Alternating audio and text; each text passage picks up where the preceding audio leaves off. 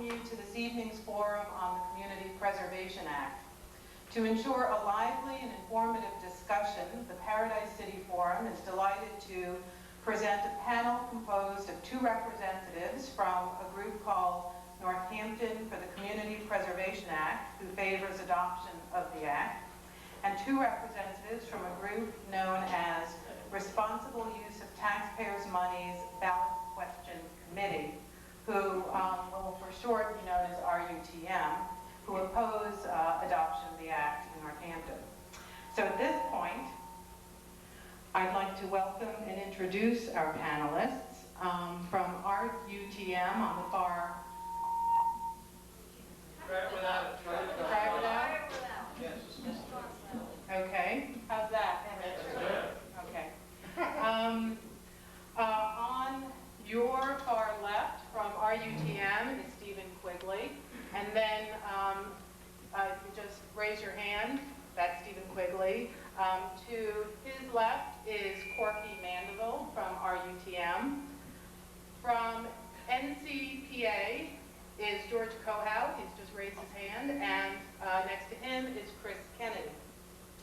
The group NCPA has been working to try to get a question on the ballot in the upcoming November election, which will be asking the voters to adopt the Community Preservation Act in Northampton.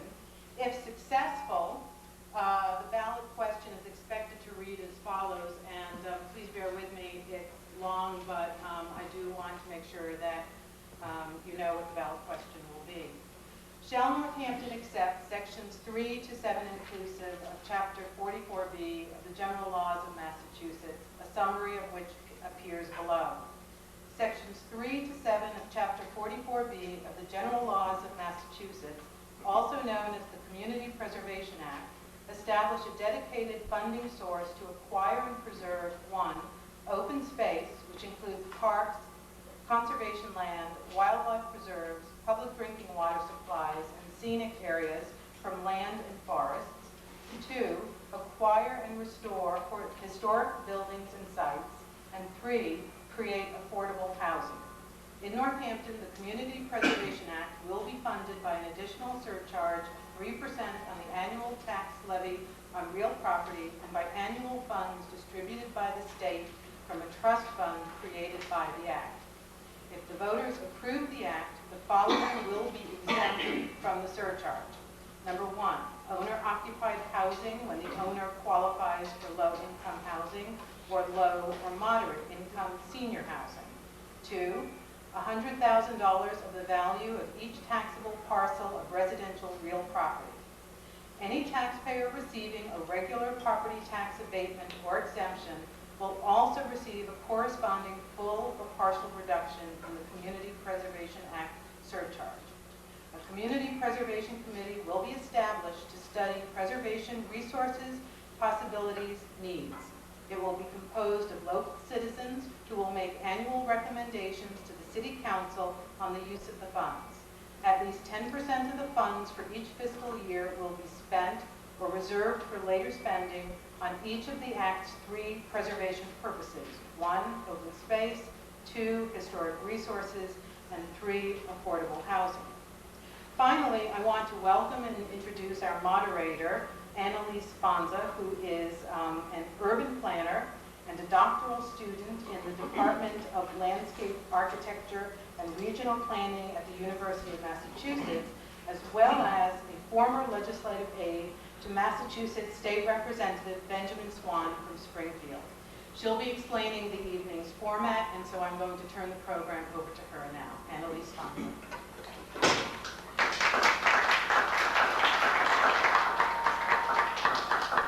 Good evening. I don't even think I can stand way back here. We'll catch it. It is certainly my pleasure to be with you, and I thank Paradise City Forum for inviting me.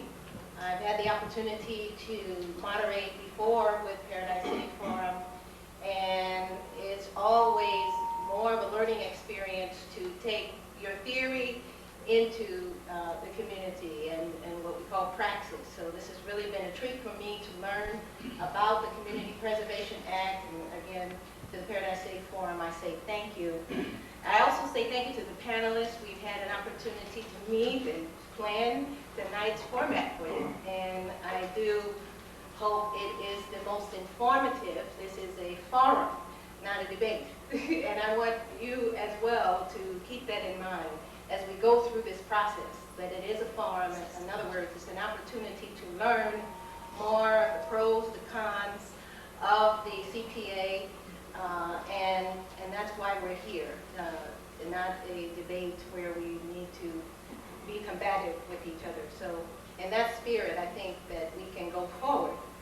Also, I want to talk about some agreements for the night so that we can have the best possible experience. One is that you would either switch your cell phones to vibrate or silent, as to keep them from going off during the middle of a question or of a comment. It is, that would be very helpful. Thank you. Very, very helpful to do that. I will try to at one point take a break, perhaps before the Q&A session.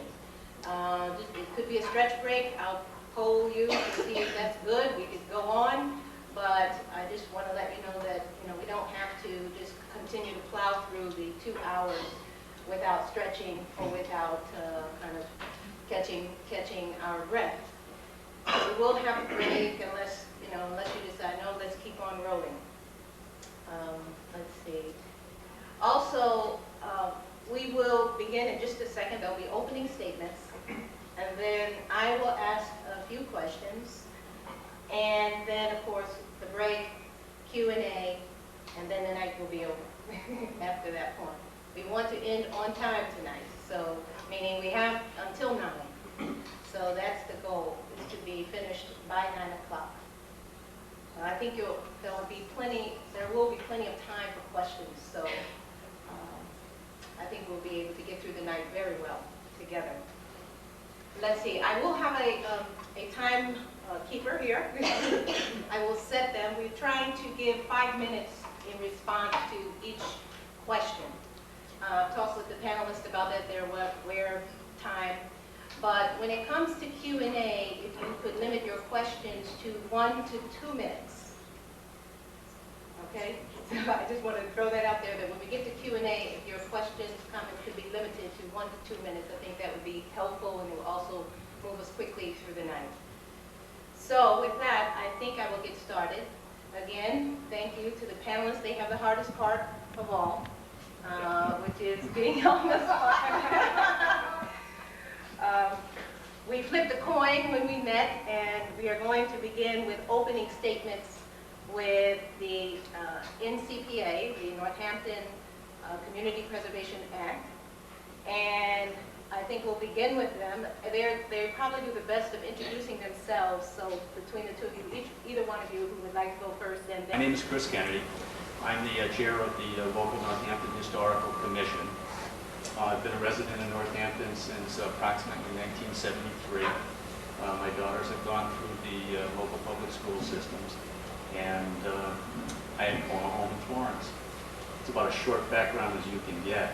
Let me get into the Act itself, and I'll try to give you a very broad overview of what the Act actually consists of. It's Massachusetts general law. It's known as Act 44B. It was enacted in 2001, and to date, 100 Massachusetts communities have adapted it. It creates a dedicated fund from various...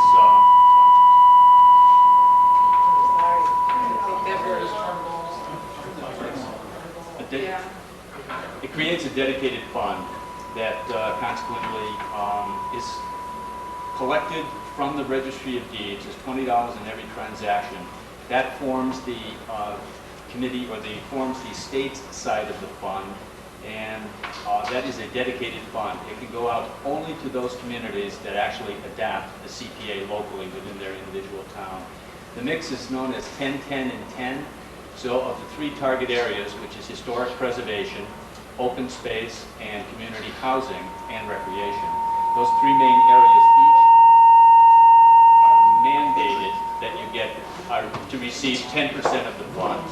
The remaining 70% gets to be used in any mix for those 3 areas. Now let me stressed, it is only those 3 areas, can't be used for anything else.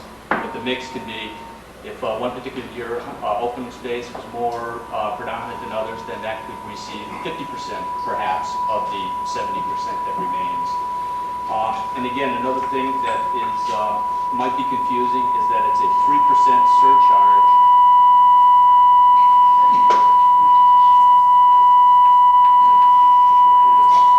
It's an alien invasion. Yeah. Still on. I didn't touch it. Maybe just turn them all down. Yeah.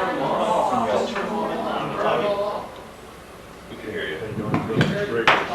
Why don't people come up front? Yeah, we don't need it. We don't need it. We can hear behind. Can you hear us in the back? Okay, Northampton, 3% surcharge this is probably the most confusing part, and it's an important part. The 3% is on your tax bill, not on your tax assessment.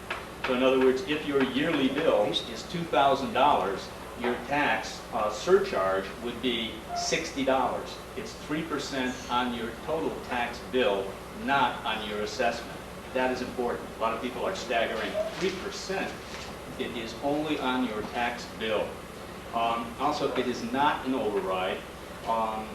This can be, the act can be totally repealed and canceled after 5 years, and at any point along up to that 5 years, it can be amended by the same process in which it is enacted.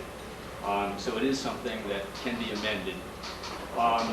Right now, the funding is, again, through the dedicated state fund. It is, funding is projected out to at least 2009 for a full, complete 100% match. And it is likely projected that it will continue for at least a year beyond that. But again, the state budgeting, basically with a 5-year plan, you can't plan out farther than that. Quickly, what we also have is taken all the exemptions possible to least affect the members of the community as possible. Of all the 3 options that are allowed to us, we locally, the committee has chosen to A, give the full $100,000 deduction. So in other words, your tax bill, if you're assessed at $225,000, $100 comes right off the top in the beginning, and you are only surcharged on $125,000. Moderate and low-income people and moderate and low-income seniors are also exempt. And this is a local decision. It's made by our committee within the guidelines of Massachusetts General Law 44B. The makeup of the committee, and again, the committee which will actually administer the money and choose where the funds go, are not the committee that you see here before us. There will be a separate committee. That makeup will consist of a member from the Conservation Commission, a member from the Historical Commission, a member from the Park and Recs, a member from the Housing, a member from Planning Board, and those are mandated by law. There are 4 remaining positions that can be filled. They can be either filled by elected or by a nomination by the mayor. I personally, not speaking for the entire steering committee, would like to see that there is one position, appointed position, and that would be only allowed for the Council on Aging to be a representative voice for the seniors, and then the remaining 3 positions be elected from a general populace, from the population at large. And that's it. Thank you. Rudolph? Yeah, my name is Francis Mandeville. I reside at 273 North Main Street in Florence, and I'm a lifelong resident of the city. And I want to welcome everybody here, and I hope we're all going to learn something tonight. In the coming weeks before the November elections, you will hear and read about the Community Preservation Act. If the ballot passes, the residents of the city will be required to pay additional property taxes for at least 5 years, as required by law. And if not voted out at the end of that time, you will be forced to pay this tax indefinitely. Take note that the amount you pay will increase each year depending on the amount of your own tax liability. In the past several years, we have been hit hard with double-digit increases in health care, prescription costs, especially the elderly, myself, water and sewer fees, and recently outlandish increases in gasoline and heating oil prices. Then we face the real estate taxes. Prior to the turn of the century, tax increases were more in line, increasing moderately with the adoption of Prop 2.5. Since this was enacted, ways and means were developing to circumvent it. Permanent overrides, debt exclusion overrides, property valuation stepped up from once every 3 years to yearly. Increases in license fees, driver's license fees, reinstated once free under Governor Weld, building fees, permits, and the list goes on. The supporters of CPA claim that monies are needed for affordable housing. However, Northampton exceeds the state mandated goal of 10% and by 17%, and the state average by over 30%. Clearly, with these figures, this should not occupy the critical list, and is something the majority of us will derive no benefit. Supporters also claim that CPA funds are needed for historical preservation. At present, there are other avenues and sources to apply for funds for this. Absent of any objective data for historical preservation, it seems irresponsible to call for increased taxes to support this issue. A need should clearly be demonstrated for this. While it is said that the state would match funds collected dollar for dollar, be aware that only needs to give a minimum 5% up to 100%, as long as the fund has money available to distribute. Also bear in mind that the more cities and towns that sign on to this act, the chances decrease of matching funds being forthcoming. If the present trend continues, many of our citizens will not be able to keep pace with escalating costs. Many of them cannot right now. It is time to run our city in the most conservative manner we can. We must control the ever-expanding operation of the city government, for which all too often positions are being added for reasons we can well operate without. Planning regulations to restrict development in areas that are sensitive to wildlife, open space, and the environment are essential and could be accomplished in ways other than a purchase of large tracts of land would put an additional burden on the city to maintain. In addition, everyone should temper their aspirations to a degree that we can afford and accomplish without sacrificing the quality of life we now enjoy here in the Valley. Despite its noble purpose, we must not sign on to this act. The people of this city have been hampered enough by escalating costs in too many areas. To this end, we of RUTM solemnly urge you to vote no in November and defeat this admin burden on all of us. Thank you. Thank you. Thank you, Francis. George. George. Hello, everyone. My name is George Kohout. I live up in Leeds with my wife and 2 sons. I'm a member of the planning board for the past 5 years, and it's great to see so many folks here. And again, like Chris, I appreciate the PCF, the Paradise City Forum, putting this on, and Annalise volunteering her time. And I hope all of us, before we leave, have a real chance to hear some of the details of the act and go away much more knowledgeable about the costs of the Community Preservation Act, but especially the benefits that it's going to bring to Northampton. Without trying to repeat my buddy here too much, I'm going to emphasize a few of his points. First, there are costs. There are no doubt to it. It's expensive to live in Northampton. The terrible storm down south has come at a bad time and it's increased our heating costs and our gasoline costs. We can't escape that. But on the other hand, we're at a very critical juncture here in Northampton, Florence, Leeds, downtown Northampton. This is a time when so much is happening on the development front that we need to find the means to keep pace with the development that's happening in Northampton. I've seen it firsthand on the planning board. Losing the open space, losing the farmlands up in Leeds and Florence, other areas. The great debate we had about the meadows where the city came together. We're all starting to look at those things. Often we don't have the funds to really work on preserving them. This is a great opportunity for us to do that. The one thing we really want to emphasize about the Act, the supporters of the Community Preservation Act, is that we worked hard to address exemptions for those people who can least afford it.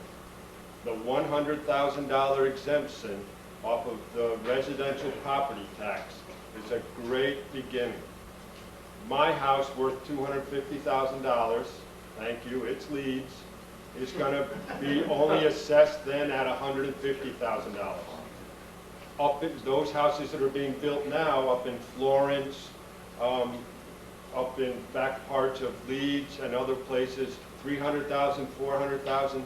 Those are the folks that can afford a little bit more. and we hope those are the folks who will vote yes on it, and they'll also bear the burden of providing the funds for the CPA. Because of the exemptions for senior citizens over 60 who meet the income guidelines, and for those others who fall under the low income guidelines, they will be exempted from the tax. And we have pretty basic worksheets here that allow someone to walk through very easily. Well, there's no financial worksheet that's easy, but you can walk through a worksheet and see, as a senior, as someone with a family, do I fit into the exemption or don't I?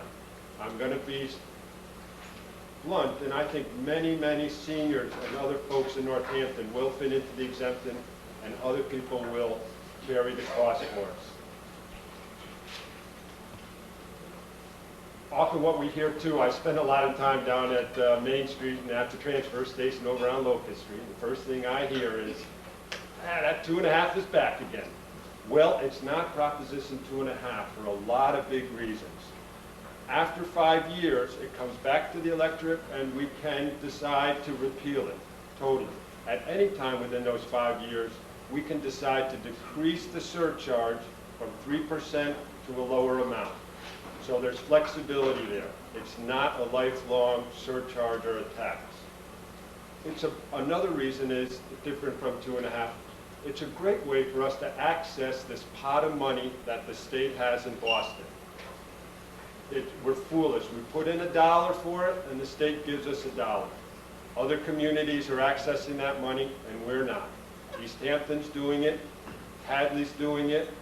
A number of 100 communities throughout the state. We need to try to get that money also. And the last point is, we really urge you to go out and vote for the CPA. It's a critical time, and I think we really just can't afford not to vote yes on the CPA this November. Thank you, George. And now, Stephen. Good evening. Can you hear me back there? No CPA versus yes CPA can be summed up simply as a cost-benefit analysis. Who benefits? Who pays? What are the benefits? What are the costs? Can we afford the costs? You have heard Mr. Mandeville point out that the city of Northampton exceeds the state-mandated goal for affordable housing by 17%. You have heard him explain that the city has not demonstrated the need for historical preservation. The city's Open Space and Recreation Plan, 2005 to 2010, points out that for the past 10 years, the city of Northampton has been acquiring 100 acres of open space each and every year. And the city has been able to accomplish this without having to raise our property taxes in the form of a CPA ballot question. In regards to recreation, the city's Open Space Plan points out that the city of Northampton meets national standards in regards to developed recreational acreage per 1,000 persons. The same plan points out that the population of Northampton has remained stable since 1950. With a well-established, stable population, there appears to be no justification for the need to increase recreational acreage for this city. Yet the city's Open Space and Recreation Plan calls for increasing the number of ball fields by at least 10. This same plan points out that the maintenance of existing recreational facilities is one of the most difficult tasks facing the city of Northampton. The question we should be asking ourselves is, why on earth would the city's Open Space and Recreational Plan call for building more ball fields when the city is having trouble maintaining its existing fields? Look at what is happening in Amherst. Amherst adopted the CPA. In an article in this past weekend's Gazette, the residents of Amherst want to rescind $500,000 in CPA monies that have been allocated for upgrades to some of their athletic fields. Unlike Amherst, Northampton does not have a town meeting form of government whereby residents can vote on how CPA monies are to be spent. If Northampton adopts the CPA, spending of CPA monies would be determined by a CPA committee who would present their recommendations to the City Council for approval. Let's not forget how the city communicated with its residents in regards to the recent actions by the city to seize land by eminent domain in Ward 7. The city met with the affected residents only after the city initiated actions to seize the land. If this is the process the city will be using and spending our hard-earned CPA tax dollars, I want no part of it. All residents should understand that a no vote for CPA does not mean that we do not care about the city. When the city communicated its need for a new fire station and the need to renovate the high school in JFK, the residents responded by digging deep into their pockets to the tune of $43.1 million in property tax overrides. Residents will have no clear idea of how their tax surcharge monies will be spent. Why is this important? An article in the September 3rd Weekend Gazette pointed out that as home heating oil rises along with gasoline, the cost to heat the average home this winter season will cost us $270 more this year than last year. And should home heating fuels rise to $3 a gallon, it could mean paying $810 more this year than last year to heat your home. The question before us is, and not knowing where our hard-earned monies will be going, can we afford to have our property taxes increase when many of us will be struggling to heat our homes this winter? Let's not forget that the DPW wants to institute new stormwater drain fees after the November elections.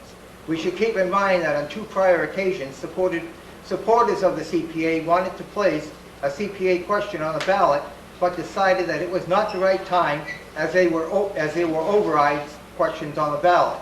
If it was not the right time to place a CPA question on the ballot when there were override questions on the ballot, then this is not the time to pass CPA when we are still paying off those overrides. Smart, responsible fiscal management calls for paying off these overrides before we vote to increase our property taxes again. The irony to the CPA ballot question is the supporters of the CPA handed out a flyer when they were collecting signatures for their petition stated many valued members of our community can no longer afford to live here. If this be the case, why raise our property taxes, which will make it even more expensive to live here? While supporters of the CPA will no doubt try to extol the benefits of the CPA, we must ask ourselves first and foremost, can we afford it? Can our families afford it? Can our relatives, friends, and neighbors afford it? Sorry about that. I don't know about you, but I'm just trying to find out how I'm going to heat my home this winter. Thank you. Thank you to all of, I'm not talking to Mike, there's nothing here. Okay, whatever. Thank you to all of our panelists for those opening statements, and would you join me in thanking them?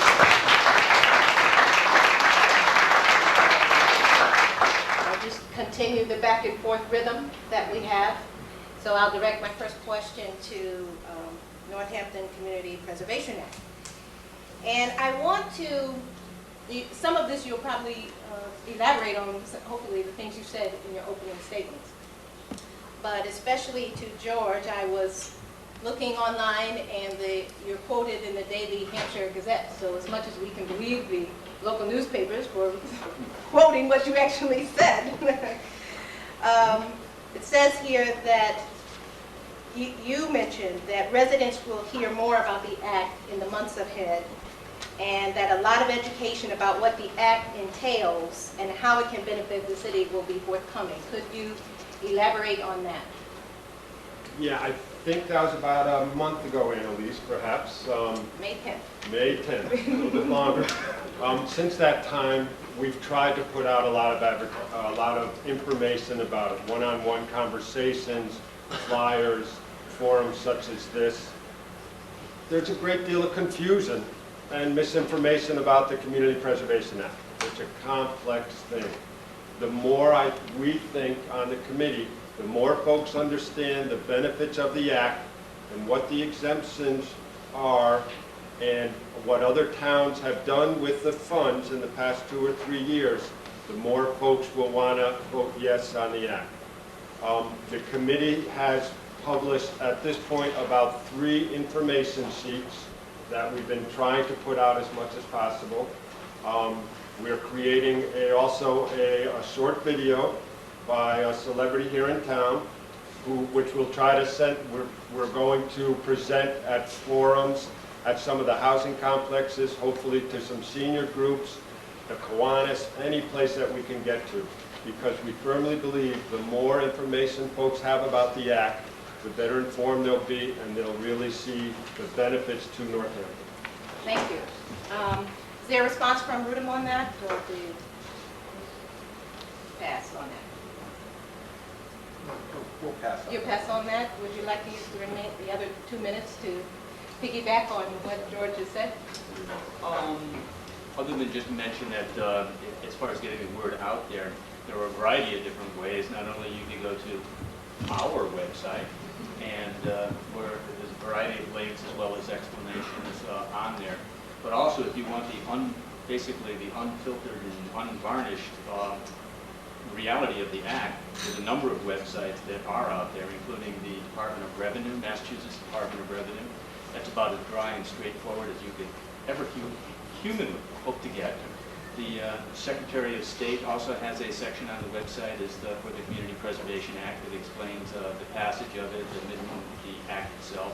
And you can also go to the Commonwealth of Massachusetts' main website, go down under legislative action, and you will see Massachusetts general laws. You can punch up 44B, which is the Community Preservation Act, and you can read, it's not that long of an act. You can actually read through and see exactly what is required by law. So it's not represented here or represented there. It's fact as put out by the state. So I would also recommend, besides from just literature that highlight the fine points, it's a good act with a good intent. I would advise you to take a look at it and see the unvarnished facts for yourself. Thank you, Chris. Now to Rudum, and specifically to Mr. Mandeville, Corky. I'm trying to get the right name. I also found an article, Daily Hampshire Gazette, in May, and you're quoted as saying that the act would hurt many families struggling financially, and that there's a lot of people out there that are hurting. Could you elaborate on that comment and its relationship to the CPA? Yeah, it's CPA is a tax to obtain funds for purposes you may not even be concerned about, partially concerned about, and as an individual would have no control over. City Council, led by the mayor, would determine when and where these monies would go after a committee of possibly 9 members made recommendations, 4 of which would be appointed by the mayor, and 5 from appointed committees, planning, building, historic, etc. There are supposedly 10, 10, and 10, and 70% for a balance of the other 3.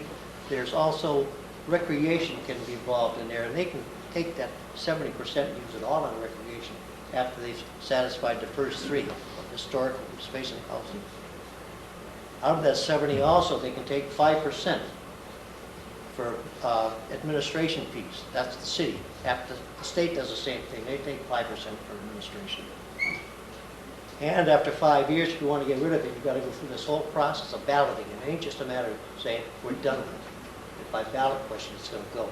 And so you've got to go out and get signatures, put it on a ballot, and that's the only way you can end it. I don't care in the first place for the way it would be administered. It's too much of a closed book. The people out there that voted for it would not have any say about it. They might be able to talk to the committee members, but the committee members would have, and the city council would have the final say on it. And just take a moment for, on Prop 2.5, for instance, which we're all saddled with now. George's got a $250,000 home there. I used him for an illustration. Every year, his taxes on 2.5 alone, if his value doesn't change or if the tax rate doesn't change, he'll go up over $80 a year. In 5 years, it'll be up over $330 on top of what he's paying now. Nothing else increases. And we all know it's going to. It's going to go up 2.5 each year. Thank you. Thank you. NCPA, would you like to respond? Would you like to respond? Could you repeat the question for us, Alice? Well, I had asked him to comment on his statement that if it were voted upon and approved, that this would hurt many families financially. And so, this in response to his answer, what do you think about that? Yeah, I guess I could answer that. That certainly is not a fact that's not lost on us. We have considered it, we've had numerous meetings over it, and I guess it's a good time to just try and clarify what the exemptions are. And some of you may be quite amazed at how lenient and generous it actually is, which was our option as a local committee to try and put into this. As a family of 4, for a senior, they would be able to earn $61,500 and qualify for an exemption. That is income. It is not assets. Income of $61,500 for a family of 4. One person alone with a 100% limit would be $43,050. That would qualify for low income. That would allow you to apply for an exemption. That would allow you to pay no surcharge whatsoever. These are very generous limits, with specifically taking into account those that can least afford it. So this has not been lost on us at all. And the money, as it would be administered, is not solely at the discretion of the mayor. In fact, the city council cannot go forward with that.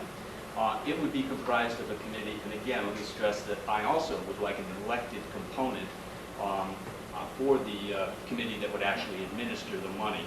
It would be a year-long process that goes over with a lot of community input. Monthly meetings, open meeting law, come and express your views, please. And at the end of the year-long process, a determination would be made allocating the money from the various needs that would be there. And again, only within those 3 areas that are designated. And it's not up to the mayor at all how the money is spent. The committee would forward the money, forward the requests to the city council, and they could either accept it or reject it or change the figure downward. They cannot initiate projects, and they cannot be used and commingled in any way with the general fund. So we as a committee really have tried to make this as open as possible, involve the community as much as possible, not be one-sided about it. We really are concerned about family income. I myself am more than low income. And so I know a lot about what it is to come up with monthly payments. And we have taken that into account for those that cannot afford it as much and are as fortunate as others. So I'll come back to NCPA. And the next question I have is, what if the voters of Northampton vote in favor of the CPA? And what are your suggestions on how to preserve land and resources in Northampton?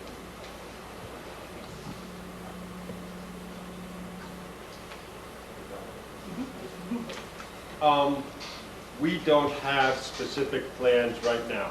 It's not really up to the committee at this point, who's pushing for the passage of the act, to have any specific projects in mind. That will be decided by the committee, which has been described here, that will come together after the election. We have some broad themes, looking at other towns, what they've done with it, that we think we could compare to projects that might happen in Northampton, such as East Hampton is looking to work on Nassawanek Pond, which is silting in, which is a focal point of their city, which would generate business and commercial traffic, pedestrians. There's one idea. The town of Hadley is preserving historic and open space. We could go on. The city of East Hampton, again, has provided sprinkler systems in their senior housing because that falls within the affordable community housing range. Any number of those things could be done in Northampton. We brainstormed ideas of what we could do. It was mentioned in the Gazette last night that the Forbes Library job, which fell on Northampton like a ton of bricks, literally, could access these monies, and that would be a great project. There's a number of other historical things, an open space, farms that are in jeopardize of losing their open space to developers. We can hopefully match some of that with matching funds from the CPA, put those farms into some kind of agricultural protection so that families can keep living there and farming it, and while receiving the fair value for it. So again, thanks, but we don't have concrete specific ideas now. We have a lot of general ideas. We know it can be put to good use, but we're leaving that up to the committee who will meet after the election to decide that. So Stephen or Francis, would you like to respond to that? I'm concerned that the NCPA is bringing forth a CPA ballot question and communicating to the city they have no specific projects in mind. As a tax-paying resident of Northampton, I'd like to know where my taxes are going to. I'd like to know the specific needs of the city to have that would justify increasing my property taxes. I mentioned previously, we supported the new fire station, we supported the renovations at JFK, we supported the high school and property tax overrides. These were specific concrete ideas, specific concrete projects that we knew where our hard-earned tax dollars would be going to. Now we're hearing from the supporters of the CPA, they don't have any clear forth ideas or they don't have any specific projects in mind, but if you raise my taxes and you give me your monies, I may find something to spend your monies on. Well, that's not how I would like to pay my taxes. I want to point out that the city, I mentioned it before, I keep hearing about open space. The city, for the past 10 years, check out the city's open space and recreation plan. They've been acquiring 100 acres of open space each and every year for the past 10 years. In these economic hard times of increased fuel prices and home heating fuels, this is not the time for us to assess whether or not we should want to expand to a massive degree open space. With the current fiscal crisis facing me, facing many of us, I feel that 100 acres per year is sufficient for me right now. Don't raise my taxes to do this. Thank you. So with that, we're back to you, Rudum, with the question, and I'm going to turn it around this time. So my question to you is, what if the CPA question fails? What suggestions do you have to the city to conserve or preserve land resources in Northampton? The CPA fails. The city of Northampton is not in crisis. The CPA fails, it will mean continued use of community development block grant monies to support the city's needs, including affordable housing, which the city, I already stated, the city exceeds the state's mandated goal by 17%. It will mean that the city be content with a continued purchase of 100 acres of open land per year. It will mean continued support for affordable housing to the tune of hundreds of thousands of dollars per year. Best of all, it will mean that our property tax will not be increased at a time when the biggest challenges facing the residents of this fine city cannot afford any, but rather finding the means to put gas in our vehicles and drive back and forth to work, and finding the means to heat our homes this coming winter. Bear in mind that a house value that, I already said that. The Proposition 2.5 increase will increase the amount of tax you will pay for CPA. If CPA fails, we will not have to pay these additional property taxes. Like a fire station, is a very specific function. It is a specific tax for the high school to get one job completed. The CPA is a fund of which it is open-ended with community involvement that, given the three areas, you can have tremendous flexibility. It is not only for one item. So there's a wide variety that it can be used upon. And even though you say that it would be, what specifically are you doing for, we don't have anything in mind, is because we are trying to elicit community support for that. What does the community need, or what does the community need within these three particular areas? We're not dictating that it has to be one particular thing. If you are asking for ideas, what would we like to see happen, or what do we have suggestions? We have litanies of them. From open space, recreation fields that can't be operated because there's no funds for them, just a million different things. And we're not into that because we don't want to put forward, this is how the money should be used. It's a community preservation act and should very much involve the community. And as far as a tax, yes it is. It's a surcharge, a tax on it. but the average homeowner would pay approximately $1 a week. If you eat at McDonald's, one less burger a week at McDonald's from everybody collectively, you can pay for this to preserve the future of the community. And again, it's a Community Preservation Act. Many of you here can remember 50 years back, and you've watched the community that we all care a lot about change tremendously. And it's going to exasperate, it is not going to abate in any particular way. Moving forward, there's going to be less space, less things are going to be changing, historic things will be gone. The community that you will leave your grandchildren and your sons and daughters will be a very different community without the CPA. Thank you. Well, it's 7:55, and it's probably a good time to take a stretch break, 5 minutes, if you like. If you'd like to just keep going. But after that, we will open up to audience questions and comments. So I think it's to just move around a little bit, stretch a little bit. And thank you to the panelists for answering those questions and for giving opening statements. And in 5 minutes, we'll be back with questions from the field. They all come back now. Just getting warmed up. Thank you. Now, I just want to say that as we take questions, I think the way that panelists and Paradise City Forum would like to see it happen is that you would address your question directly to RUDM or to NCPA. Right? So if from wherever you are, you would just stand and raise your hand and then I could also acknowledge you, but then you will direct your question straight to the panel. Is that agreeable to everybody? Okay. And I actually don't have a question. I just have two very brief comments, okay? The first comment, I'm strongly in support of the CPA. There are a couple of facts why I'm in support of it. This state is losing 40 acres a day to development, 80 acres if you include indirect costs of development. That's 29,000 acres a year. The rate of development in the Pioneer Valley is the highest in the state, except for southeastern Massachusetts. The farms are disappearing, the woodlands are being built on. It's heartbreaking to see what's going on here.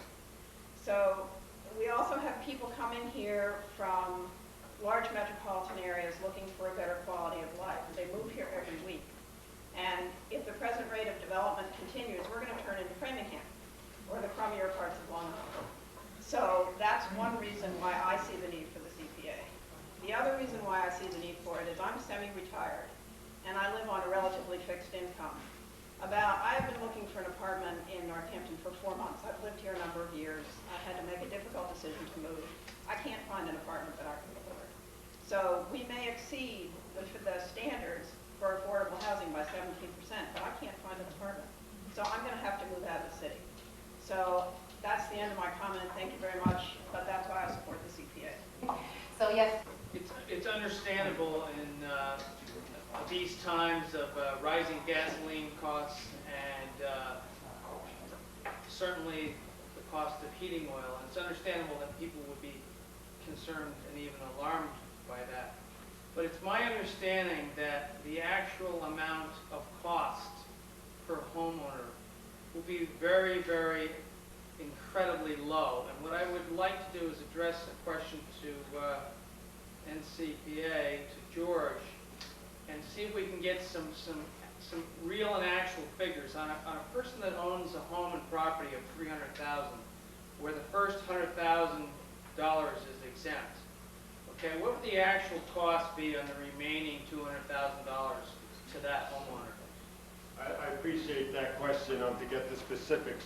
It's within, and Corky agrees, it's probably $65 to $75.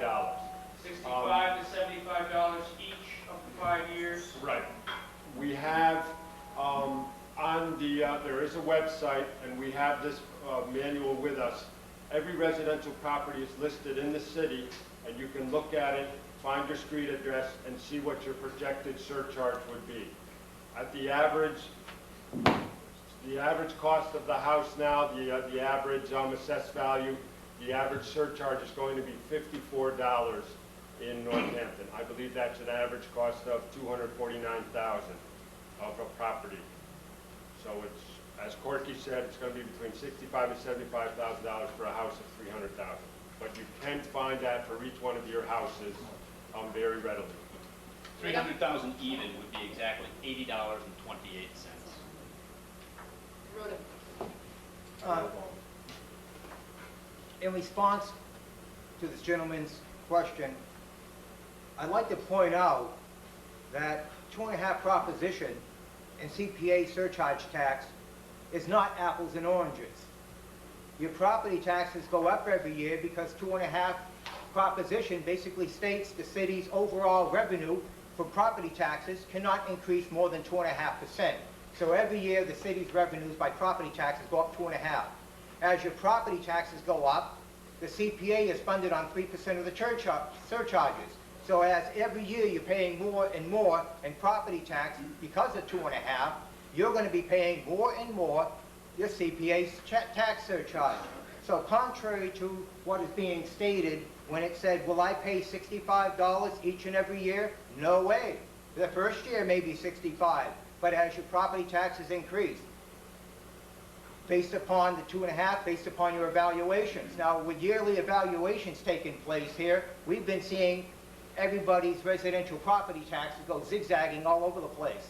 So if you're expecting that, hey, my property taxes are going to remain stable throughout the CPA life term at $65, forget it. It's not going to happen. Thank you. Now that we've had a question for NCPA, is there one for Rudum?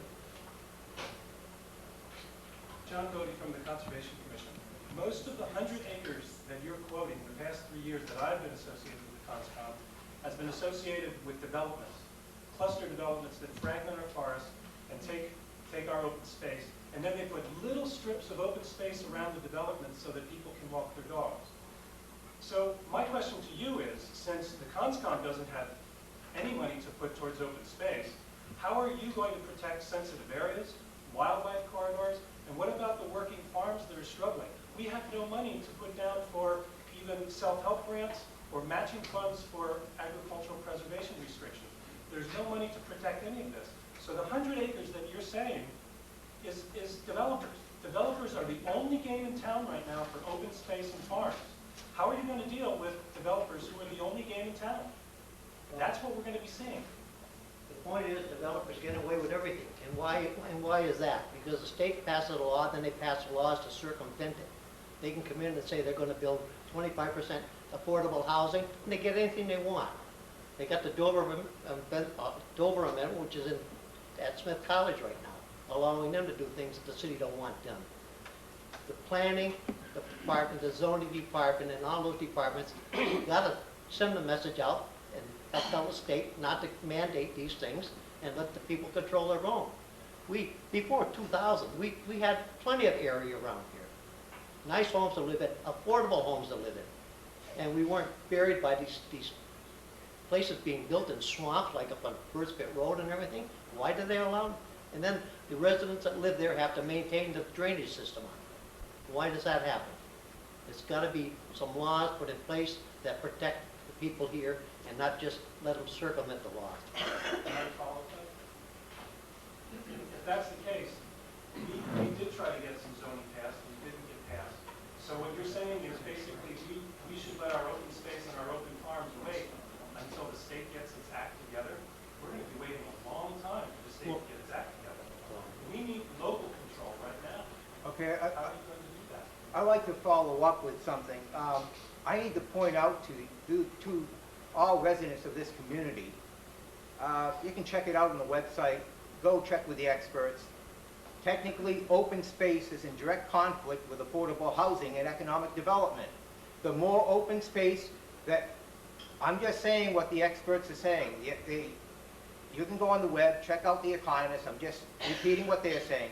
Open space is in direct conflict with affordable housing and economic development because the more open space you capture leaves less room for business growth in this community, and this community is stymieing business growth to a point where we're being perceived as an unbusiness-like community. What we need to do is work together with businesses, promote great businesses, and maybe as more businesses come to Northampton, they can reduce the residential tax burden on us by their contribution and property taxes to the city. Thank you, Stephen. I need to move Yeah, it back that's over fine. here to NCPA so they have a chance to respond to the question. Just very quickly, the Community Preservation Act is good for business and economic growth in Northampton. Businesses want to come to a city, any city, because there's a large, strong, educated labor pool, because there's access to transportation, because there's a good tax rate for a number of reasons. They can't attract a strong group of employees unless the city is livable. Without providing a varied means of housing within the city for different levels of workers, different levels of people like that that are in this room, we will not be able to attract businesses to Northampton. They can't, new folks can't afford to live here in many situations. As far as open space and affordable housing, that's a bit of a puzzle. The city of Northampton has done a wonderful job in the past 5 years, and I have to credit the mayor for sticking her neck out around the Meadowbrook apartments and going to the wall to trying to maintain that. There's a large development in the Northampton State Hospital, which all of you are painfully aware of, lovely aware of. It's going to also have affordable housing there. Part of that reason is to keep it downtown, near the center, within walking distance to the center, so that the houses will not be built in more of the outer reaches of the city. And those are the kind of places that we want to preserve to keep Northampton, the mixture of environments and city mixed country live. That's why we've all come here and stayed here for generations. And we want the next generations to also have that opportunity. So we can, through the Community Preservation Act, have a mix of housing and a mix of open space. But we can't do it with the pace of development that's happening now. We've got to try to stay paced with that, and that'll happen through the extra funds through the Community Preservation Act. Okay. Since there were two questions, I'll give you about another minute, Chris, Okay. to go ahead and respond to Again, that. just quickly, it's somewhat apples and oranges in that most of the land for residential where housing would go is not in competition with business land. By the mere fact of zoning, it restricts where you can put housing. Business can go in one place, residential can go in another. When you take land away or open space, that's open space in the outer lying areas. It is not in downtown, it's not in the industrial area, or it's not in any area even closely in our 10-year plan that may be allocated for industrial or commercial uses. So to say that one is competing with the other for the vague experts that are saying this is in many ways just not accurate. And I also, again, just like to say that it's not the same. Questions for NCPA. Why isn't the use of community development block grant monies sufficient for the community? The one is referring to what's commonly known as CDBG money, Community Development Block money, which is money that comes from Washington. Within the past 5 to 7 years, those funds have dwindled bit by bit. At one point in time, it was $1 million. That money's going elsewhere. We all know those kind of places where it's going. Those funds, Community Development Block Grant money, is focused on assisting the city of Northampton or other cities that are eligible in areas where there's a very low-income situation or a neighborhood, an area of town that is stressed because of different circumstances. Some examples of that are money that goes to the Center for New Americans in Northampton because they work with new immigrants to teach them English. Building the sidewalk up on Bridge Road so folks from Hampshire Heights and Meadowbrook can walk the JFK. Any number of social services and city infrastructure. The money that the Community Preservation Act is really directed at preserving open space, historical preservation, and affordable housing. Granted, CDBG money does go towards affordable housing at times, which is a great thing. But those funds are dwindling, and we need to augment those as much as possible with the funds from the Community Preservation Act. Thank you. Rudolph, your response to the question? Yeah, according to the Northampton's Office of Planning and Development, for fiscal year 2005, the city had nearly $1.75 million in community development block monies, with nearly $750,000 of these money being carried over from the previous year. For fiscal year 2006, Northampton had nearly $1.4 million in community development block grant monies. For this fiscal year, these figures do not include any program income monies that the city may be receiving later on this year. Again, the city carried over more than $500,000 in community development monies from last year to this year. While a portion of these monies that are carried over from year to year are slated to fund multi-year capital improvement projects, the question that needs to be answered is how much of these carryover monies are not committed to multi-year projects, and why can't these uncommitted monies be utilized to support the very things that the CPA property tax is designed to support? If affordable housing is really a critical need for Northampton, why isn't the city utilizing more of these uncommitted community development block grant monies to support this need? For instance, the city of Northampton has a little more than 10% less monies this year than they had last year, yet the city decreased monies for affordable housing by 28%. This can be shown by the fact that last year the city provided a little over $434,000 to affordable housing out of $1.7 million in community development block grant monies. This year the city is slated to provide $314,000 and some change to affordable housing. If affordable housing is truly a critical need for this community, wouldn't the city be increasing monies for affordable housing? Apparently, the city does not perceive affordable housing to be a crisis like the supporters of the CPA would lead you to believe. Yes. A quick answer to the CDGB money. As you know very well, the mayor has allocated CDGB money to build the senior center, which has been in the planning stages for at least 5 or 6 years. Private groups have raised more than $100,000 for furnishings there, and I think a large section of that money is earmarked now that they have a building site.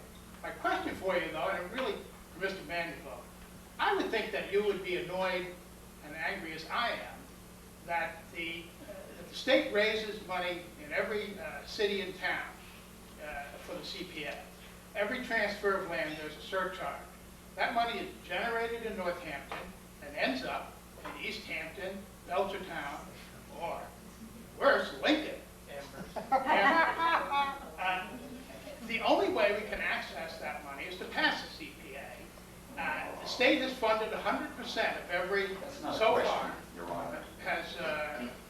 has funded 100% of all of the projects that participating cities and towns have submitted. Projections are that they'll go on doing that for another 2 or 3 years. So my question to you is, how else are we to access this money? Well, let me tell you, in the first place, that money that they have in their kitty is money coming from you and him and her. It's money that everybody who's into that deeds office has to pay. That's your money. Now they want you, if you want to give it back, you've got to buy it back. If they were so damn concerned about you, why don't they give us that money? Why don't whatever they collect in our office be just turned over to the city of Northampton? Just like they take on the excise tax. That money is ours. It shouldn't be distributed around the state. That's why I always say to you, go to your state reps down there. They don't care about you at all. You got to change their way of thoughts. They're doing what they want and not what we want. And they're supposed to represent us. Response, NCPA? Okay, We'll wing it this time. I guess since the question essentially deals with community development block grant, again, I guess I would like to say that going into it, it is projected. Louder, speak up. It is projected to be. The feds will probably be killing that within a year. The money has been allocated for fiscal year, which will be, I believe, beginning July 1st of next year. There are some allocations in funding, and by the way, there are no uncommitted funds. Simply, there are no uncommitted funds. This doesn't go into a slush or a loose fund or something that just hangs around. By their very nature, it has to be allocated. You can talk with Michael Owens in the planning department. He can tell you where every penny goes, and I have a list here where it goes.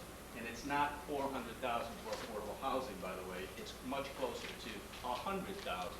Those are the facts. The CPG funds are in dire danger. They probably will, the year after, be totally wiped out by the senior center. And a good cause that it is. But nonetheless, the point remains, those funds will not be available for use for anything other than the senior center. Thank you. Do you boys think they do a good job with the enterprise fund in the city? Because that's exactly what you guys are doing with this. It's going to be another fund that the mayor will have control of. I'm firing at you as a question. You Yes, it is gave a loaded. good, succinct question there, and I think that I can answer it for you. I hope so. You're wrong. The mayor has absolutely no control over this money whatsoever. Go to your Commonwealth of Massachusetts, look up 44B, you're an intelligent guy, read it. This I will. has nothing to do with the mayor. The money is allocated by public meeting processes, by the committee that will be formed. Those allocations are sent to the city council and only the city council. The city council has the right to either reject them totally or reduce the amount. They cannot originate. The mayor has no position in this process. Wherever you got that information, it's erroneous. Can I be any clearer? Spoken clearly. Thank you, Rudolph, now. Yeah, I'd like to point out that NCPA said the figures of the $400,000 were incorrect. Well, if that's incorrect, then I stand incorrected, but guess where I got my information from?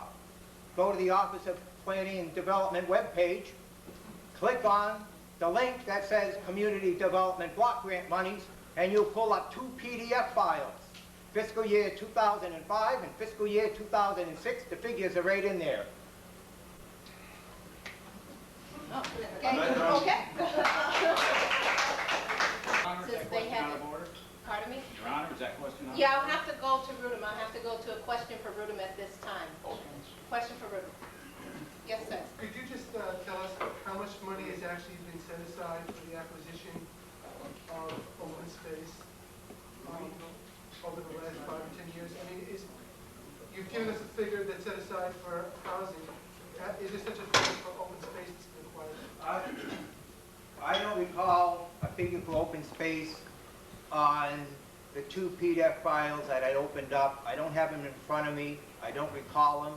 But I'll tell you what, we can all go to the webpage and check it out ourselves after the conclusion of this meeting. Just as a follow-up, I mean, and if it doesn't pass, I mean, I appreciate all you guys' work, and you're doing a wonderful job of presenting the positions. But if it weren't to pass this year, if you were to put an option on your taxes, like they have for the presidential election, you want to pay such and such a dollars of your tax dollars to go to open space, I personally would check that. And you know, opening up a can of worms, but just throwing it out there. Money right now, specifically earmarked for open space, is very limited, as the man in the blue golf shirt said. It happens by perchance because of certain development that occurs, and part of the zoning is to allow open space then around a cluster development. In the Capital Improvements Committee this year, I believe the Office of Planning and Development, in consort with the Conservation Commission, was permitted, I want to say, $25,000 for open space purchases, or actually searching of titles in order to do work on back taxes and acquire the open space. So the money is definitely limited and has been limited in Northampton for as long as I've been here. So why would it change? Excuse me. It would change because the Community Preservation Act then has those funds specifically directed just for those 3 areas, which historically are not funded by the city operating expense. Historical preservation, open space and recreation, and affordable housing. Money doesn't come from the city budget for those. So this is the only way to really work on those parts of the city and keep in pace with development. I want to tell a true story. 1 to 2 minutes. Yes. I grew up in Rockville, Maryland, and consider myself and my family a refugee of that city. When I was a baby, Rockville was a rural town with a charming antebellum town center. As a child, I played in at least 100 acres of forest behind my house. During the economic depression of the early 1970s, Rockville's town center was bulldozed flat to make way for a mall. The very heart of the town was literally cut out. That, of course, was dramatic, but what was less dramatic, but much more insidious, was the slow ingestion over 25 years of rural land to subdivisions and strict commercial development. I don't need to describe it. We all know what it looks like. We all know what it feels like. We all know what it does to the health of ourselves and our community. Needless to say, my 100-acre woods, gone. The 90s brought much more money to Rockville, as well as more enlightened planning. Smart growth became the buzzword, and the Rockville Mall was leveled to make room for a facsimile town center. Guess what? Too late. No amount of money will bring back the old Rockville. It's gone. I fear the same fate will happen to Northampton. Think of the historical buildings that we've lost in just the last few years, and the subdivisions we've seen take the place of forests and fields. Can we afford $1 a week to help prevent that fate? Citizens of Rockville could now, but guess what? Too late. I have a request from the panels to keep it to questions. So is there a comment? Yes, NCPA, to her comment. No, not at this point. Okay. Ruth? Yes, I'd just like to point out that open space is an interesting area to be explored by the city. The strong contention I'm making, though, however, and I hope that you are listening, we are currently paying for 3 overrides. Now you're asking us, to the tune of $43.1 million, you're asking us at a time when gasoline and home heating fuels are an all-time high to again raise our property taxes. The NCPA people point out that there are people here that qualify below the poverty income levels that could benefit from the passage of the CPA. I am also concerned for those people that are borderline on the poverty level, which will not qualify for CPA, yet will have their taxes raised, and they'll have to come up with even more money. So I'm not saying I'm sitting here totally against open space. What I'm saying is if the community was smart, it would realize that we cannot continually shoulder increased taxations on each and every resident of this city. Let's hold off, let's pay off these overrides, and let's revisit the CPA in a time that we are more economically able to afford passage of the CPA. Okay, next question will go to Rudum. The other side's concern about open space. There's even someone on the pro side who is on the planning board. My question is, if there is so much concern about open space in this community, why is it that as a community we are not passing zoning laws to conserve open space? Why are our zoning laws favoring more development? I just got through answering that the politicians in Boston will give you a law, and then they'll give you a law to circumvent it. And that's exactly what's happened. The local planning and zoning doesn't work in all cases. There's you go to see where all the building is being done. It's places where when I was a kid I used to hunt fish. And now there are housing projects there. And the people are having troubles with their sewers. They got septic systems, water retention ponds. They're supposed to monitor them. The builders come in, they build, they make their profit, and they run home. And the people are left there with a system that they got to manage. They don't even know they got to do it, I guess. But they got to keep it managed. And the city's going to build them right now for it. They're thinking about building them all. All those people in those developments up there are going to be developed for taking care of the retention ponds. And it's almost like going to condominium. You've forever got a maintenance bill on it. Thank you. NCPA, your response? We're going to split the response by Sure. the time. Go ahead. I guess I'd like to go first too, and a lot of that, my sentiment is you can't totally rely on zoning to be able to create open space and to be totally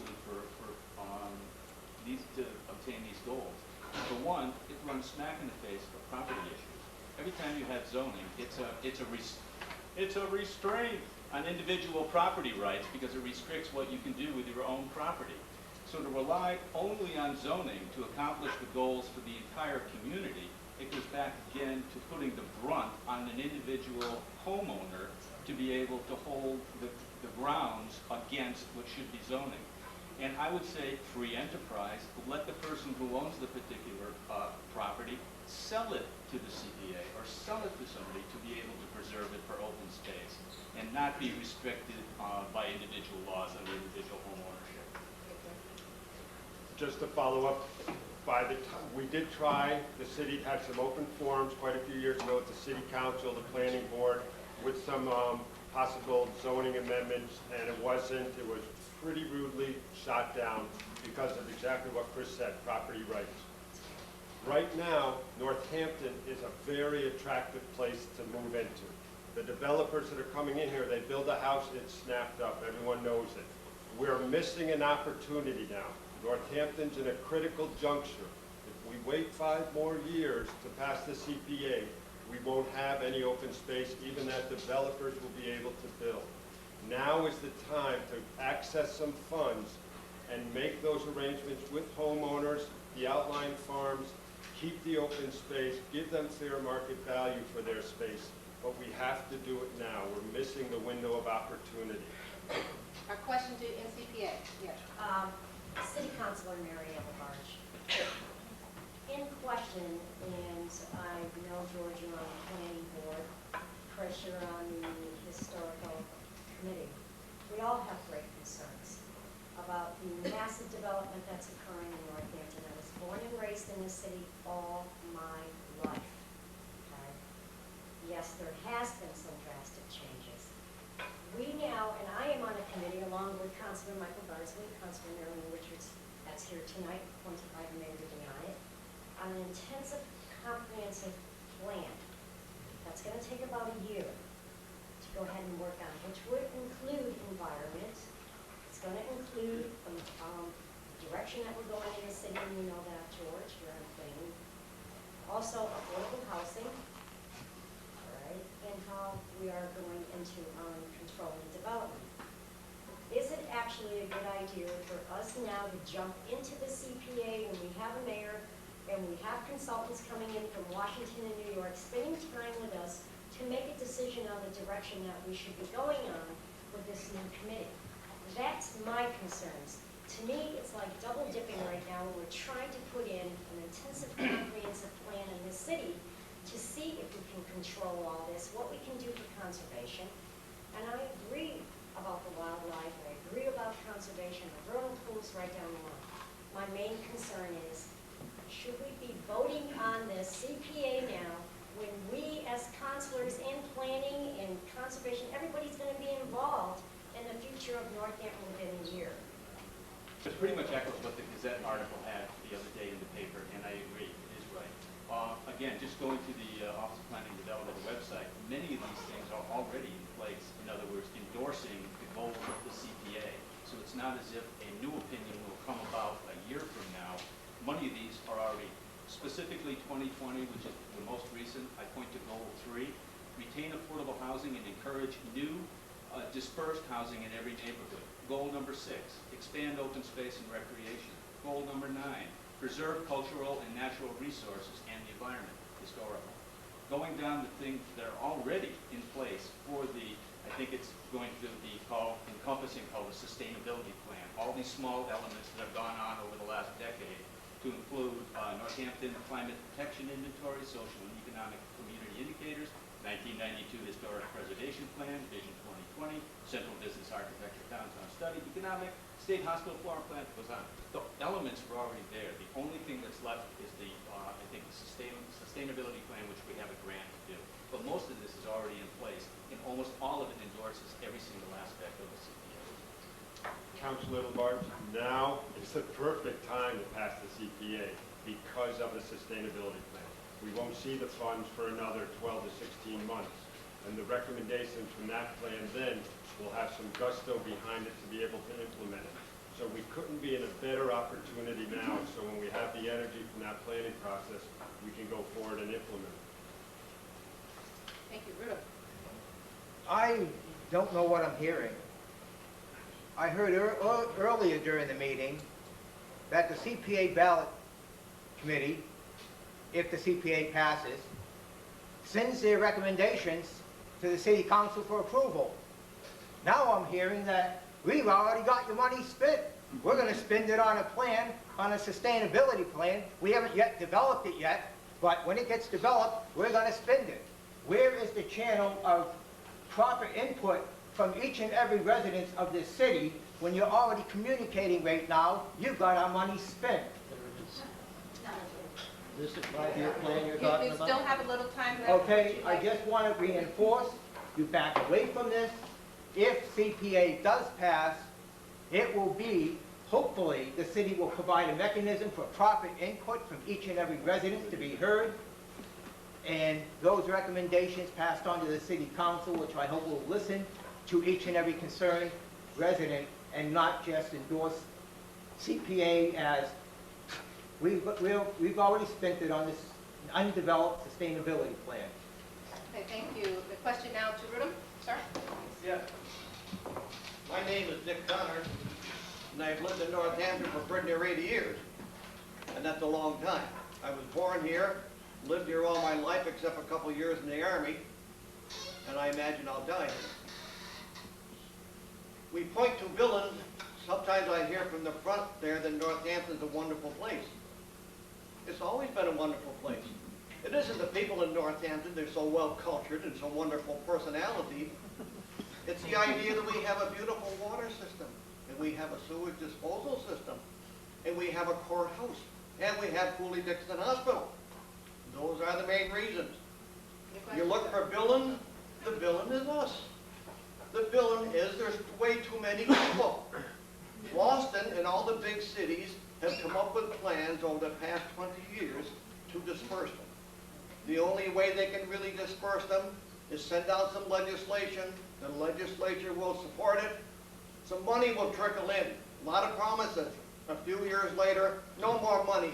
Your question, sir, to Rudolph, but we're limiting the comment. Okay, the question is, Yes. I have always felt that there is no politician that doesn't like a new tax. I don't care who he is. Once you get a tax in, it will never go away. I have been here for this long, and I've never seen one decrease yet. Regardless of what the citizens say, our income tax hit it. Now, Mr. Kennedy mentioned that there will be exemptions. I'm very suspicious of exemptions. I want everybody to pay. Everybody lives here, everybody schools here, everybody swims here, they breathe here, everything. Who is going to be in charge of the exemptions? I don't like the idea of this gentleman saying that we'll get the money out of those new people to move the Cardinal Way. I don't like that at all. That means that you don't like rich people. I love them. I'm not rich, but I still like those people. I'm trying to understand the nature of the question, but what I kept hearing reinforced was taxes. So I just want to point out that you may hear of a term called smart tax. I never heard such a thing.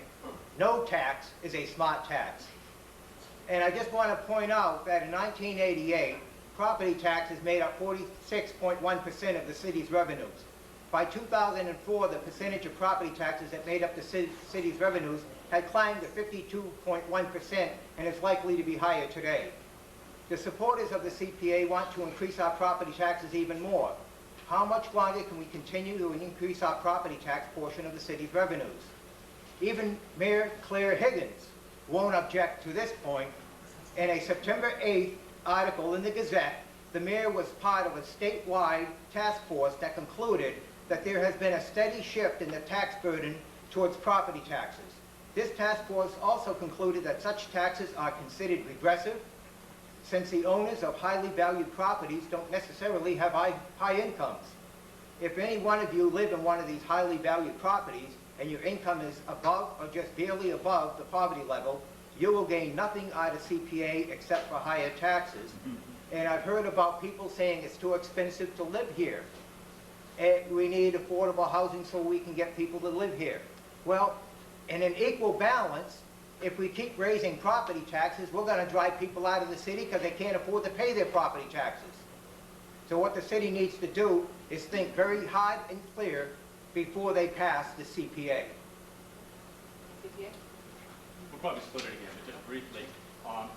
If anybody does fiscal accounting, it's all about the net, net, net. If you bring a business in, you mentioned, and I'll accept the figures because I can't refute them, that it rises from 48 to a current 52. Let's get some more business in here to offset that, so that your net, net, net, if collectively everybody pays a small bit more, but we get more industry in here that pays not just a percentage higher, but a chunk higher as new income producing property, I believe that that would offset it more so than just an increase in tax. I'll add to my buddy here. One of the keys to the Community Preservation Act is that it's for 5 years. We will see, if and when it passes, what it does to the community, what it does to your wallet. It's going to do something to all of our wallets. The benefits will be much greater. We'll be able to preserve a number of things that are essential for the city you love. It's not a tax in a way that stays forever. We'll have another chance to look at it. PCF has discussed the possibility of closing out and then leaving time to mingle and talk individually if you would like. So if you'd like to continue with the questioning, yes, we'll continue with the questioning. Yeah. Okay. There seems to be a lot more hands. Sir, here. NCPA. NCPA this time. Thank you. Okay, one of the biggest concerns, and I think on both sides of the issue, is this committee that's going to be determining how this money is spent. And I am not too confident in a lot of the city committees. And I'm going to talk about one that is no longer in existence. Back when Chloe Long was running against the mayor, she commented during one of the debates that the school population was projected to decline over the next 100 years in Northampton. When the decision was made to build this school, the building committee formed this, was formed to oversee the construction of the school in the design. There was a woman named Glafira Ennis, who was a college educator, who came forth and spoke about this, and she said, this is absolutely the wrong thing to do. This is the equivalent of somebody putting a huge addition on their house that they can't afford to pay for.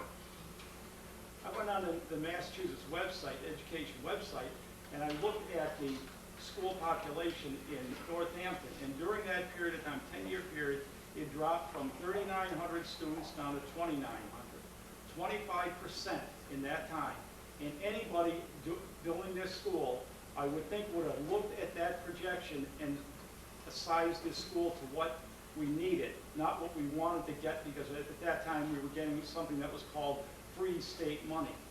We added 40,000 square feet to this school. And when we built the fire station, the Gazette printed an article that talked how much more it was costing to run the fire station as opposed to the old one. It was never, that was never reported for this school, and I suspect with good reason. Okay, your question is. So the question is, based on that committee's performance, I could mention other ones, but I don't, that may or may not bore other people, but how can we have any faith in this committee that's going to do this? What is the magic of this committee that this committee will have? It's a good question, and a lot of that, I think, could be directed at it. The committee, again, will be, all the committee will be is a conduit. We ultimately, not we, whatever the committee will be, that hopefully from the NCPA, it's going to involve community input throughout the entire year. This will not be, there'll be open meetings. Hopefully everybody will attend, express their desires in terms of what that they feel is important to spend the money on. It can be allocated in any particular different way, any particular kind of mix within those three core areas. I also feel, again, stressing mine, not speaking for the entire steering committee, but feel that it should have a component that has nothing to do with any of the three areas at all, from the general populace, so that this 9-member committee would be broken up and have an even balance. It should reflect the entire committee and the entire community. There's one from the Historical Commission, there would be one from the Conservation Commission. All of the areas that would receive funding would be in there and clearly would advocate for their particular positions. But it's spread across the whole thing, and we would hope that the community would involve it. We don't actually, or the committee will not actually control it. It will be from input from the committee. We can't just override it and say, well, the committee says, or the general populace says this, but we want to spend it on that. It's a public committee, and we're responsible to the people, and hopefully it will be responsible. Let me give you a few specifics, I think how it might work out on a practical way. Mike Flynn and the Florence Civic Association will come by, and they'll present to the committee an idea that they have about doing some renovation work or making the Florence Civic Center perhaps handicap accessible, or documenting some of the historical buildings in Florence. They'll say, Community Preservation Act, could we have $30,000 to do this? Wendy Mazza from the city clerk's office, her records are crumbling in her hands, historical records, the archives of Northampton. She'll come to the committee one afternoon and ask for $25,000 to preserve those. Janet Molding from the Forbes Library will come to the committee and present her case and say, I need $100,000 to do this work on the Forbes Library. Can you help me? Day to day, that's the way it'll pan out. And these have to be actually presented in paper. They can't be walked before, I need 40 grand. There has to be proposal. Thank you. Good. I'd like to know, I would like to know who, you want to get this one? I want to know a lot, so. I just want to put a couple things forward. The committee is going to be 5 of them from the existing city departments that are existing right now, and 4 to be appointed by the mayor and the city council. To me, that's a stacked deck before it even starts. I have written, they always say, write your reps in Boston and in the state, the federal government. Do you ever get an answer from them? You don't. Maybe once in a while you get a form letter that one of the aides have picked up and read and sent you a form letter. And that's all I've ever gotten from anyone. So it's a waste of time. And I don't think the public will have, they might have meetings, but what they want to do is going to be done in the long run. Trust me. Are you done? I just want to make a comment that I fully concur, and I'm just, again, I reiterate it, I'm very concerned that this potential committee, if the CPA passes, has already spent our monies on this undeveloped sustainability plan, so they already know where our money's going. I don't like voting for anything unless I know where my money's going. Yeah, my name is Darrell McClure, South Street. I'm 5th generation in Northampton. Might remember the McClure Airport, McClure Brothers Paint Store. I have a question for Rudum. I also would like to make a correction that the final committee may be appointed or it may be elected popularly. That would be decided by the city council or the act passed. The question I have is the name of your organization is responsible use of taxpayers' money. You've indicated previously in this meeting that you do not appreciate the fact that our money is being transferred out to other communities and then we have to buy it back.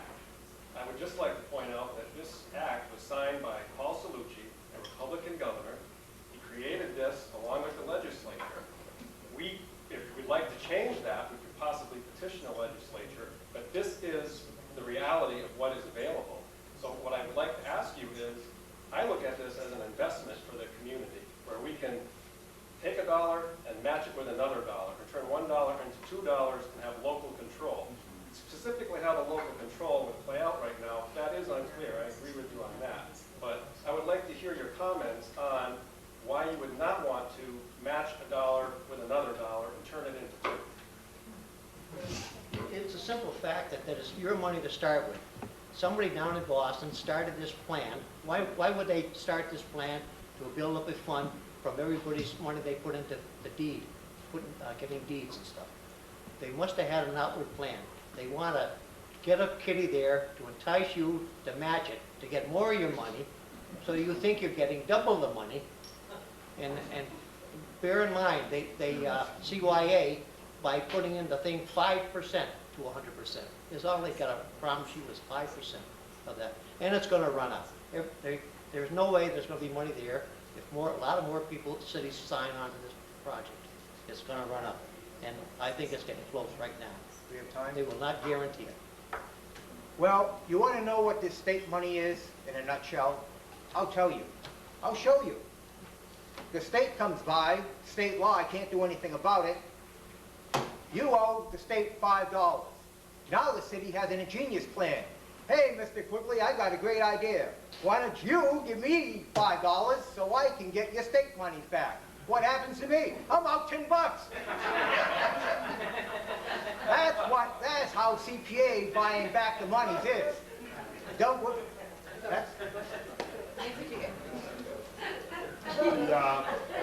When the bill was passed by Paul Salucci, the state recognized that there were a lot of needs not being met within most of the communities of Massachusetts. The preservation of open space, losing historical assets, and affordable housing. The legislators themselves figured out this legal act in order to make it the most effective as possible. The money on that fund will not run out in the worst case scenario before the year 2009.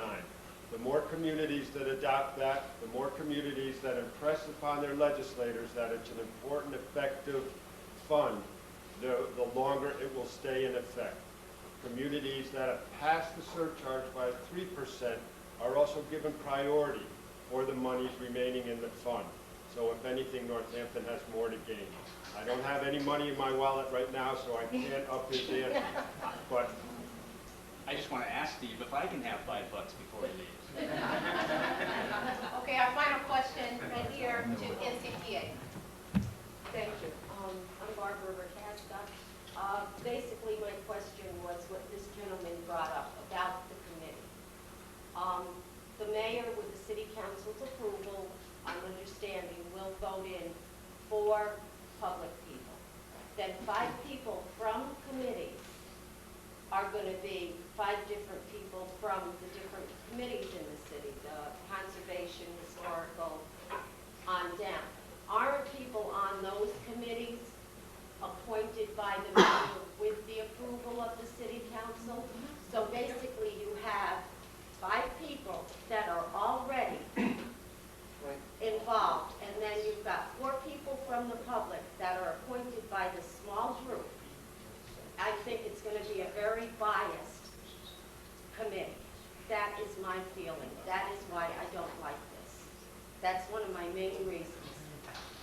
Because all the committee people are going to be appointed by the mayor and approved by city council, by a small handful. They should be elected in. Okay. Not the mayor, not the committee isn't going to be elected in. It's going to all go by this handful of people. My question is, how is that going to make it weigh fairly? How can you see it weigh fairly? It's fixed by law that 5 people of the 9, potential 9, have to be from those individual areas, representing, shepherding the money that would be in there. Under the assumption, and rightly so, that those people would best be able to understand issues about conservation, issues about historic preservation. Yes, we are appointed by the mayor, but not without merit. In other words, everybody that's on the commission has a knowledge base in that. That would be carried forward to hopefully administering the CPA. I'm not I know, but contesting I also your would very much advocate that there would be elected component. So I agree with you.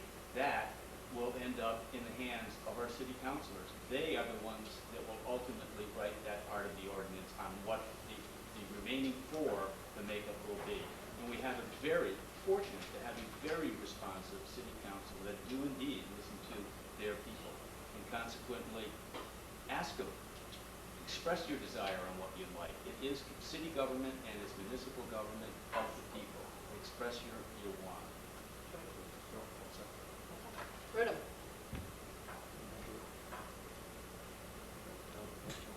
Okay. Final comment of the night. This is the final one. I personally object to trying to persuade the members of this audience and every resident in the city that the state came up with this great grandiose idea of mandating 5 positions within the city because they're the subject matter experts on how best to spend our money. I object to that. The best way to measure how we could spend the money is to go to the members of this community. They're hardworking, responsible, intelligent, and they're the experts that can tell you how much they can afford to spend their monies and not have some grandiose idea committee thinking that because they're state appointed, they know everything. I want to rely on my friends. I want to rely on my family. I want to rely on my neighbors. I want to rely on the residents of this community to make the decisions for themselves because you and I are the only ones that know if we can afford this. You and I are the only experts on our own personal finances. You and I are only ones that will bring us right back to my original opening statement, cost versus benefits. Only you can measure the cost versus the benefits, and is the cost worth these benefits? Thank you very much.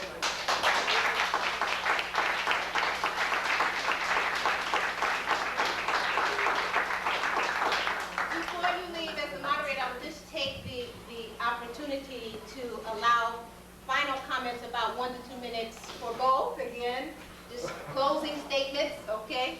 So if you could take a couple of minutes, NCPA, you will of course go first, and then Bruno, again, since you just spoke, you can be our last speaker of the evening. My apologies if all your questions weren't in. Thank you for bearing with us for the process, which I think was very helpful for the night. And I'm sure afterwards there's opportunity to talk or go out and have a drink or whatever you do. And we have how long? Couple hours? No, pick 3 minutes. 30 seconds. 3 minutes, so you both have a minute. I guess what we're looking for here is a summation, and so I think I'd try to look at something with a broad stroke. We're all really fortunate to live in a democracy, and I think that we should understand the underlying principle of what a democracy is. I'm a vet. There's a vet right there. We've all fought for that countless generations, and democracy is a pretty important thing. A part of that is that you see a little bit of your individual rights for the greater good of the whole. And it's the nature of a democracy, and I think that shouldn't be lost, and that each of us are chipping in what again amounts to maybe $1 a week for what the act is in its name, a community preservation, beyond paying taxes for this year or next year. We've been around 350 years. I'd like to have a decent community for all our children, grandchildren, great-grandchildren, to live beyond that in time, and I just think it's a response, and that's all I have to say. I think it's just the nature of democracy. Oh, we can alternate? I think that would be nice. Yeah, go ahead. I want to thank everybody that's here, and for like Kirby for setting this up here, and anybody that came. Give us an opportunity to view our feelings here and to get some of yours. We do have a livability study coming up, supposedly here in the city, and it's supposed to program the path of this city for the next 10 years or so. And experts coming in on it are supposed to be working on it now, if I'm correct. And I think that would be a good time to everybody get their oar in there and see if we can come up with a solution that's agreeable to everybody. I'm sure we can if we try hard. Thank you very much. It's been a pleasure, folks. I've learned a lot tonight. I'm thinking about things and listening to folks. I want to reiterate that the window is closing. I believe Northampton is in a really critical place right now. This is a great opportunity for us to get some matching funds from the state to do some projects that we won't be able to do within the regular confines of the city budget. This may be the last chance we have for opportunities like this. Our Northampton Community Preservation Act has a lot of information. We talked earlier about getting the information out to folks. If we're unclear about the exemptions for folks, we'll be glad to walk through those with anyone at all. We want to make sure that those who can least afford this don't carry the burden, that it's carried by those folks who can afford it, those businesses, those residential properties that can afford it. Please think strongly about voting yes for the CPA. It's a major win for the city. Thank you. I would like to also point out that I'm a veteran. I want to thank each and every one of you who attended here tonight. I want to thank all your viewers who are watching this right now or who may watch it later as it gets rebroadcast. This is going to be an interesting decision facing the city. And again, in summing up, I want to thank all the panel participants. This is a good way to educate the city. It is. I don't want to do it too often though, but I think it was a good first step. But it comes really down to each and every one of us weighing the benefits against the cost. But I would like to point out that if anyone is interested, IUTM is meeting next Tuesday evening at 6:30 p.m. At the VFW in Florence. And we'll be discussing from there how to proceed in addressing the CPA ballot question. Again, that meeting is Tuesday evening, 6:30 p.m. at the VFW in Florence. Also, feel free to visit our website, www.iutm.org.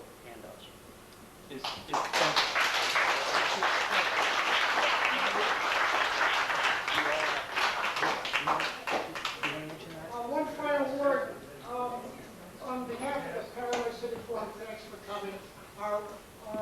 There's a sign up in the middle table for our mailers. We have uniforms with this fall, and this will be rebroadcast.